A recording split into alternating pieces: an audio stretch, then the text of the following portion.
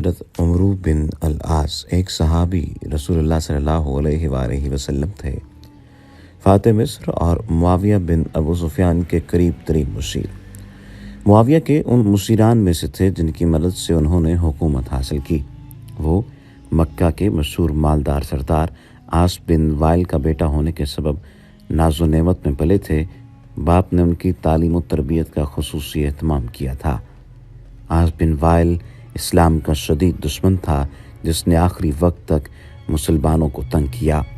عمرو بن العاص نے بھی کئی سال تک اسلام کی شدید مخالفت کی، یہاں تک کہ مومنین نے اہل مکہ کی زیارتیوں سے تنگ آ کر حبشہ ہجرت کی تو عمرو بن العاص نے شاہ حبشہ سے جا کر مطالبہ کیا کہ ہمارے باغی ہمیں واپس کیے جائیں۔ غزوہ بدر اور غزوہ احد اور غزوہ خندق میں عمرو بن العاص نے قریش کی طرف سے شرکت کی۔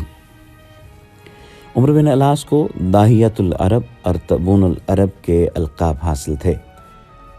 ان کے قبول اسلام کا ذکر کیا جائے تو غزوہ خندق کے بعد عمرو بن العاص نے سنجیدگی سے سوچنا شروع کیا کہ اگر بتوں میں کوئی جان ہوتی تو اتنا بڑا لشکر کبھی ناکام نہ ہوتا۔ ان کے اندر سے یہ آواز بھی آئی کہ اگر آخرت کا وجود نہ ہو تو دنیا میں کیے گئے ظلم و جور کا حساب کہاں ہوگا۔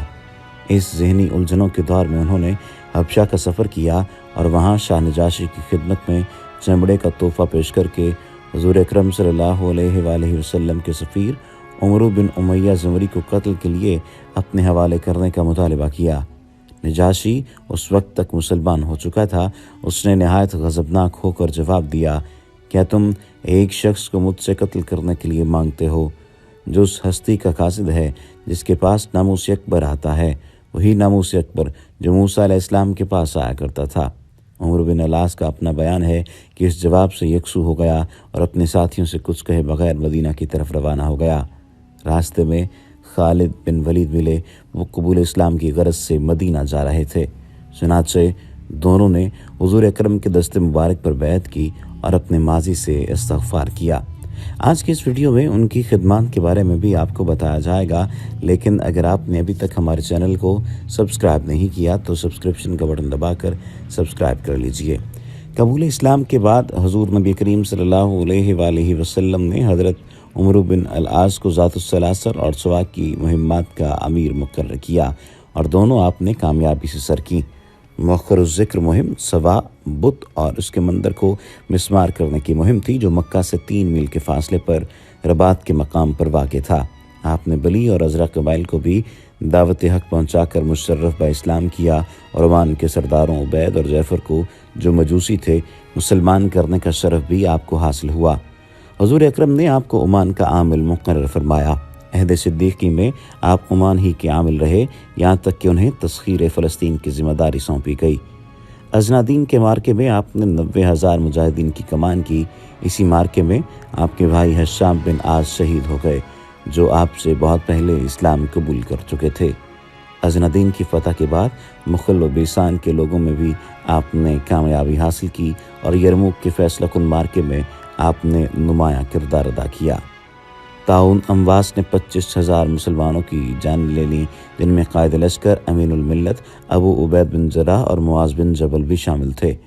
ان دونوں کے بعد عمرو بن العاص لشکر کے قائد بنے تو انہوں نے حسن تدبیر سے مسلمانوں کی جانیں بچائیں۔ انہوں نے مسلمانوں کو وبا والے علاقے سے فوراً ہٹا لیا اور پہاڑوں میں منتشر کر دیا۔ اس طرح وبا کے جراثیم ایک دوسرے تک نہیں پہنچ سکتے تھے۔ اسی طرح جلد ہی مسلمان اس وبا سے محفوظ ہو گئے۔ عمرو بن العاص کو جس کارنامے کی بدولت امتیاز حاصل ہوا وہ فتح مصر ہے۔ آپ نے صرف 4,000 جانبازوں کے ساتھ مصر کی سرحد عبور کی، بابلیوں اور العریش پر قبضہ کر کے عین الشمس پہنچے اور طویل محاصرے سے قصر شمع کو فتح کیا۔ اس قلعے کے پاس آپ نے فسطاط کا شہر بسایا جو بعد میں اسلامی مصر کا دارالحکومت قرار پایا۔ اس فتح کا سب سے اہم مارکہ سکندریہ کی فتح ہے، جس کے بعد مقوقس شاہ مصر نے مسلمانوں کی اطاعت قبول کر لی اور مصر کی تسخیر مکمل ہو گئی۔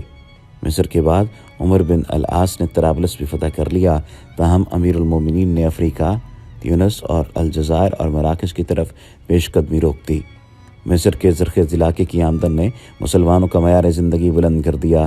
حضرت عمر کو عیش کوشی پسند نہ تھی۔ انہوں نے عمر بن العاص کے بیٹے محمد بن عمرو کو ایک کپتی کو پیٹنے کے بدلے میں اس کپتی سے کوڑے لگوائے اور عمر بن العاص کو بھی سختی سے تنبیہ کی۔ عثمانی دور میں حکومت میں عمر بن العاص نے مصر کا خراج بڑھانے سے معذرت کی اور لکھا کہ گائے اس سے زیادہ دودھ نہیں دے سکتی۔ حضرت عثمان نے آپ کو معزول کر دیا، لیکن آپ بدستور حضرت عثمان کے بہی خواہ رہے اور دور فتن میں آپ کو مشورے دیتے رہے۔ یہ بہت بڑی ہمت کی بات ہے کہ آپ امیر وقت سے یہ بات کہہ رہے ہوں کہ گائے اس سے زیادہ دودھ نہیں دے سکتی۔ امیر معاویہ نے قصاص عثمان کی دعوت دی تو عمر بن العاص سے امداد کی درخواست کی، چنانچہ آپ نے مصر کی حکومت کی شرط منوا کر ان کا ساتھ دیا۔ جنگ صفین میں قرآن پاک کے اوراق کو نیزوں پر اٹھانے اور حکم مقرر کرنے کی تجویز بھی آپ ہی نے پیش کی تھی۔ تحکیم کے معاہدے کے بعد عمر بن العاص نے امیر معاویہ کے مقرر کردہ ثالث کی حیثیت سے امیر معاویہ کی خلافت کا اعلان کر دیا۔ اس کے بعد آپ نے محمد بن ابی بکر کو شکست دے کر مصر پر قبضہ کر لیا اور آخر وقت تک مصر پر حکومت کی۔ خارجیوں نے حضرت علی کے ساتھ ان کو بھی قتل کرنے کی کوشش کی، لیکن وہ صرف زخمی ہوئے اور بچ گئے تھے۔ اب سوال یہ پیدا ہوتا ہے کہ جنگ عین اور جنگ شمس یہ کون سی جنگیں ہیں؟ یہ جنگ عین الشمس عرب مسلم فوج اور بازنطینی افواج کے درمیان مصر پر قابو پانے کے لیے ایک فیصلہ کن جنگ تھی۔ یہ جنگ 6 جولائی 640 عیسوی میں صدیوں پرانے فرعونی شہر عین الشمس میں لڑی گئی۔ اس کے پس منظر کی بات کی جائے تو جب نئے خلیفہ حضرت عمر بن الخطاب الفاروق نے 634 عیسوی میں اپنے اقتدار کا آغاز کیا تو مشرق وسطیٰ میں بین الاقوامی صورتحال ایک نئی اور جرأت مندانہ طاقت کے اقتدار کے لیے موزوں تھی۔ خطے کے دو روایتی اہم طاقتوں بازنطینی اور ساسانی سلطنتوں میں ایک دوسرے کو فتح کرنے کی جو 20 سال سے زیادہ جنگ جاری تھی، اس نے انہیں کمزور کر دیا تھا۔ ساسانی سلطنت خانہ جنگی میں ڈوب گئی، جبکہ بازنطینی روم عمر دراز شہنشاہ ہرقل اور کم وسائل کے ساتھ اپنی افرادی قوت اور اپنے پرانے دشمنوں کے ساتھ جدوجہد میں مصروف تھی۔ دونوں ریاستیں کافی اندرونی بحران کی وجہ سے مسلم توسیع کو روکنے کے قابل نہیں رہیں۔ فتح شام کے بعد 634 اور 638 کے درمیان عربوں نے مصر کی جانب رخ کیا۔ افریقہ پر حملے نے بازنطینیوں کو حیرت زدہ کر دیا۔ ہرقل نے اپنے امیروں پر بھروسہ کیا اور ان کے کہنے پر کہ مسلمانوں کو فارس ہضم کرنے کے لیے ایک اور نسل کی ضرورت ہوگی، اس لیے ایک اور تھوک حملہ شروع کرنے کی ساخت ان میں نہیں ہے۔ ہرقل اپنے امیروں پر انحصار کرنے پر مجبور تھا اور اس کا نتیجہ مکمل تباہی ثابت ہوا۔ حضرت عمر بن الخطاب الفاروق نے 639 عیسوی میں حضرت عمرو ابن العاص کو فتح مصر کے لیے روانہ کیا۔ حضرت عمرو ابن العاص نے صرف 4000 جانبازوں کے ساتھ مصر کی سرحد عبور کی، العریش اور الفرما پر قبضہ کر کے بلبیس پہنچے، جہاں 1 ماہ تک اس کو قبضہ کرنے میں لگ گیا۔ لیکن اس کے فوراً بعد اس نے بیبلیون کا محاصرہ کیا، جس سے مذاکرات میں ایک چھوٹی سی کوشش کے بعد طوفانی یلغار سے 6 اپریل 640 عیسوی میں جو قبطی مسیحی کی گڈ فرائیڈے یعنی اچھا جمعہ تھا، جسے گڈ فرائیڈے کہا جاتا ہے، اس کو فتح کر لیا۔ یہاں سے وہ سیدھا دریائے نیل پر کسی مقام جسے ام زنین کہا جاتا ہے پہنچے اور اس علاقے کا محاصرہ کر لیا۔ یہاں پر انہیں بے شمار تکلیفوں کا سامنا کرنا پڑا، کیونکہ محاصرے کے جنگی آلات کا بھاری تعداد میں فقدان ہونے کے ساتھ ساتھ دفاعی فوج کی تعداد بھی زیادہ تھی، لیکن ام زنین بھی آخرکار فتح کر لیا گیا۔ اس دوران حضرت عمر بن الخطاب الفاروق نے جون 640 عیسوی میں ایک دوسری فوج کو مصر روانہ کیا، جس کا مقصد تھا کہ حضرت عمر بن العاص کی فوج کے ساتھ مل کر ان کی زیر قیادت میں سکندریہ کو فتح کریں۔ یہ فوج ام زنین کے محاصرے کے دوران عین الشمس پہنچی اور اس شہر کے محاصرے میں محو تھی جب حضرت عمر بن العاص ام زنین سے فارغ ہو کر الفیوم سے ہوتے ہوئے ان کے ساتھ جا ملے۔ وہ سکندریہ کی طرف نقل و حرکت کے لیے تیاریاں کرنے لگے، لیکن مخبروں نے بازنطینی فوج کی عین شمس کی جانب آمد کی خبر دی، جس کے نتیجے میں حضرت عمر بن العاص نے وہیں پر قدم جما کر لڑنے کا فیصلہ کیا۔ بازنطینی فوج نے اس سے پہلے جب مسلمان مصر پر حملہ آور ہوئے کیوں اپنے رد عمل میں تاخیر کا مظاہرہ کیا؟ شاید اس کی کل وجوہات مکمل جانچ کے باوجود بھی مکمل نہ ہو سکیں اور معلوم نہ ہو سکیں۔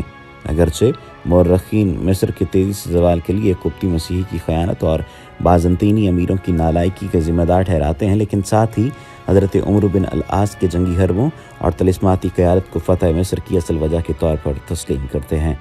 جب بازنطینی فوج قریب آئی تو حضرت عمرو بن العاص نے 3 الگ الگ حصوں میں فوج تقسیم کی۔